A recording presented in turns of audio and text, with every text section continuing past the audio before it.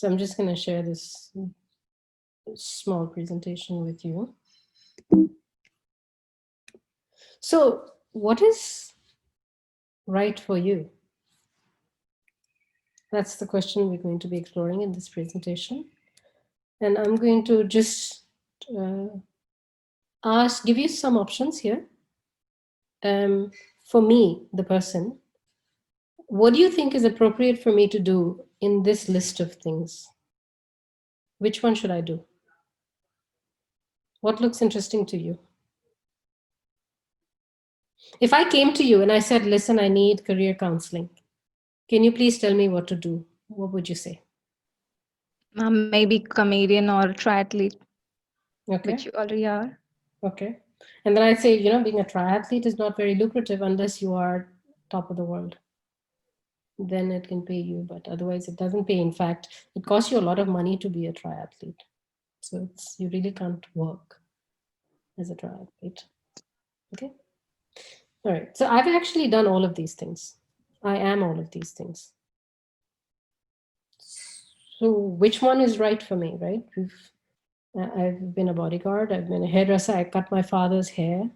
I cut my partner's hair regularly. And been a police trainer, somatic therapist, chef. I knit blankets and sweaters. And social entrepreneur, actor, baker, artist, farmer, tech consultant, GI specialist, corporate trainer, and soon to be a truck driver because I've applied for my heavy license and I've got passed the test, and now I'm going to do the practical and become a truck driver. So I might be driving past your town sometime. Yeah. So which one is right for me? Only I can answer that. Nobody else can answer that for me. My clients have been, the corporate clients have been these guys: XIMB, IIT, University of Michigan, USC, UCLA as a professor. As an actor, Karan Kapoor's Dharma Productions. I've done a film. I'm doing another one is going to be released this month. Actually, should have been released by now. Brahmastra. And I've the UP Police Force, bus and truck fleets, and also among my clients have been Bollywood actors, professionals, maids, prostitutes, murderers, and rapists. I worked on all of them in my somatic therapy. Yeah. And this is just to give you a sense of what do I get paid? I get paid anything from 3 lakhs an hour to nothing, where I don't charge for my services. Right?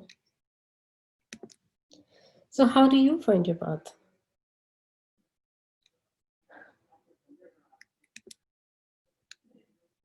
If you don't know what to do, it is a wonderful place to be. Because that means that everything is possible.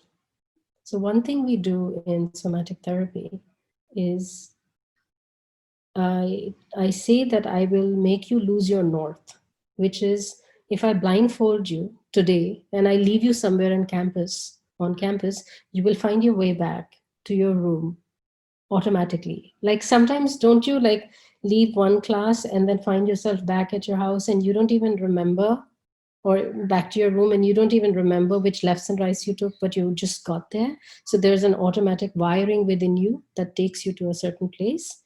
And what I do is I take that away. So once you take that away, you don't know which path to take automatically.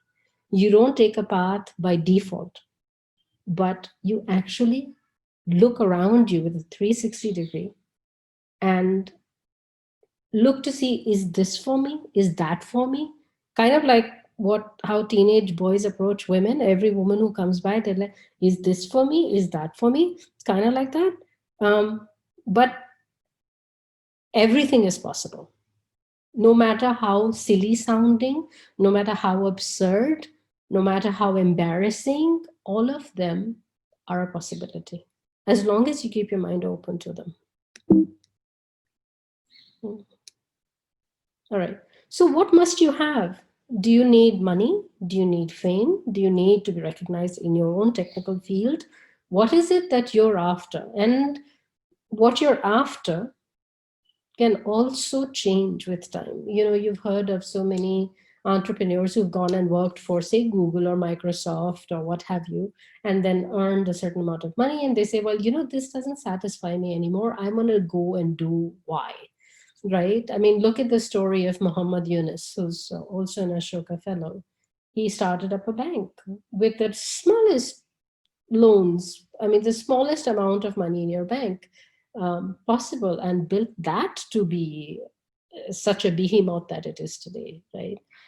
It just starts with an idea. And we'll talk about an entrepreneur's journey. You can, of course, take a job and have the steady income and go that steady route, or you can create something for yourself.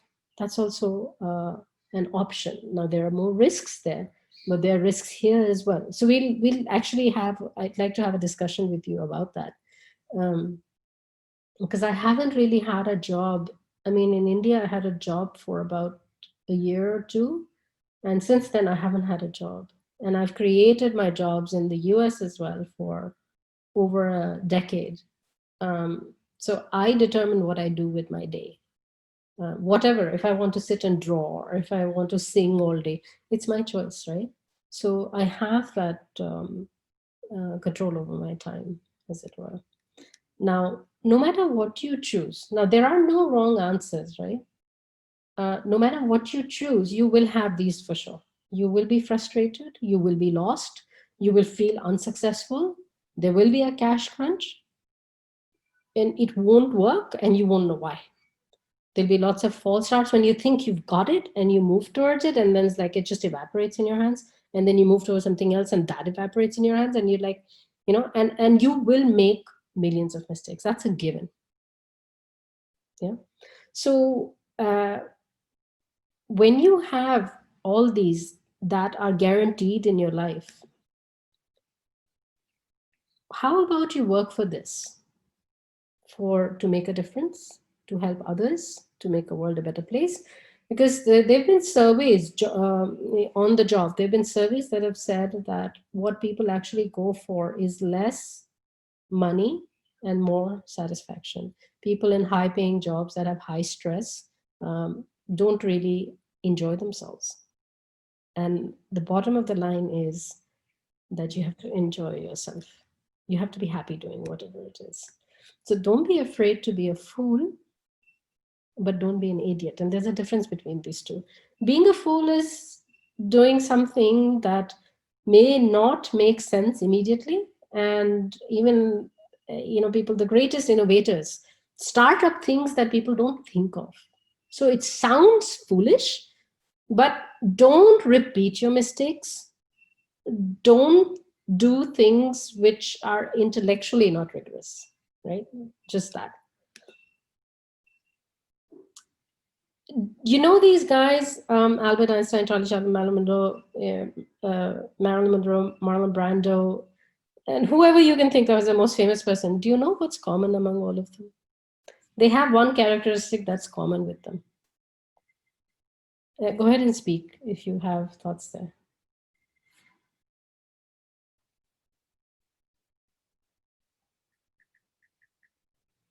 What is common with all these people? Not accepting defeat. Maybe. Yeah, before that? They don't have the fear of failure. They might have, actually. Especially Charlie Chaplin, Marilyn Monroe had very, very abusive childhoods. Marilyn Yeah, Monroe was an orphan. She just went from one orphanage to the other. Same thing with Charlie Chaplin. His mother was actually demented. Was crazy, certified. And they were very, very afraid as children.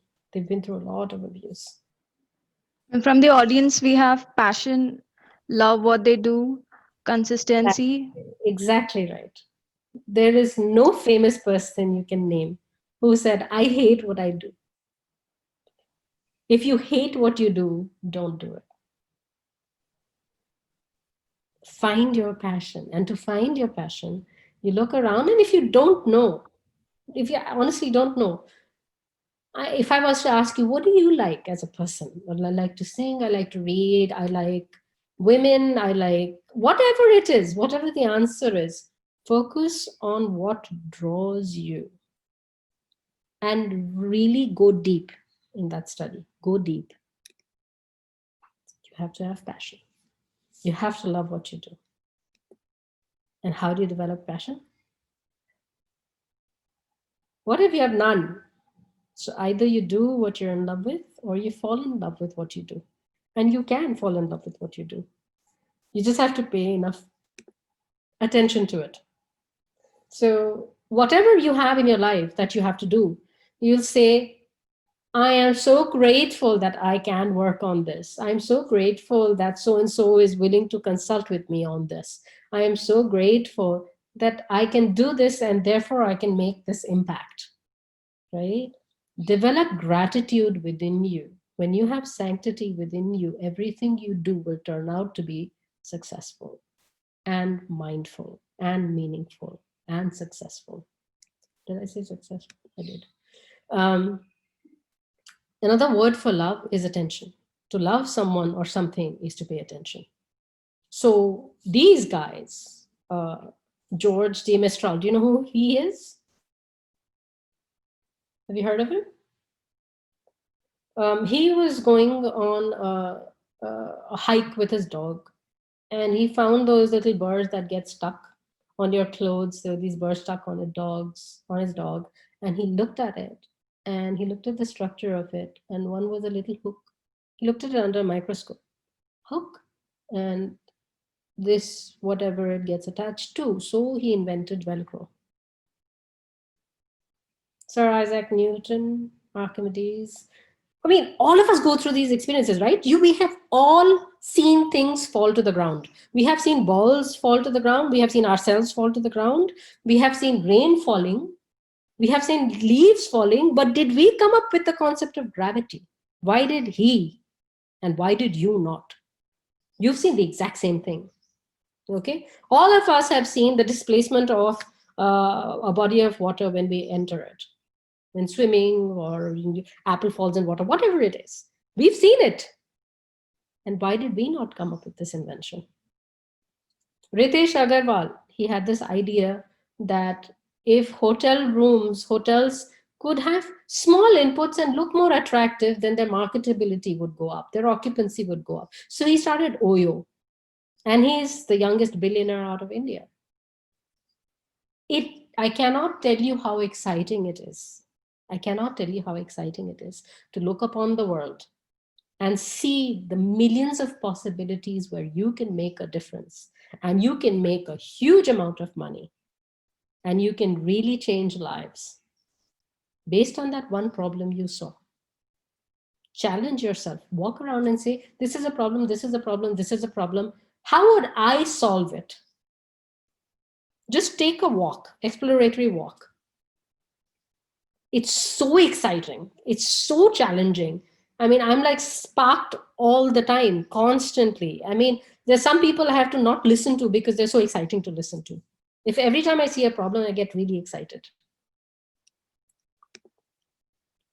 Have an idea, run with it, stake your life on it, commit to it. And try everything new that you try at least 9 times before you can begin to understand it. It takes time to understand it. Initially, you'll be like, that's weird. This doesn't go together, right? And attention is another word for love. And there is only one word you need to succeed. Tenacity. Don't give up. That's what we learn as a triathlete. Is what happens when you're tired, what happens after you cannot go anymore. You try one more step. Or you try the next day, but you don't give up. So that's it for the presentation.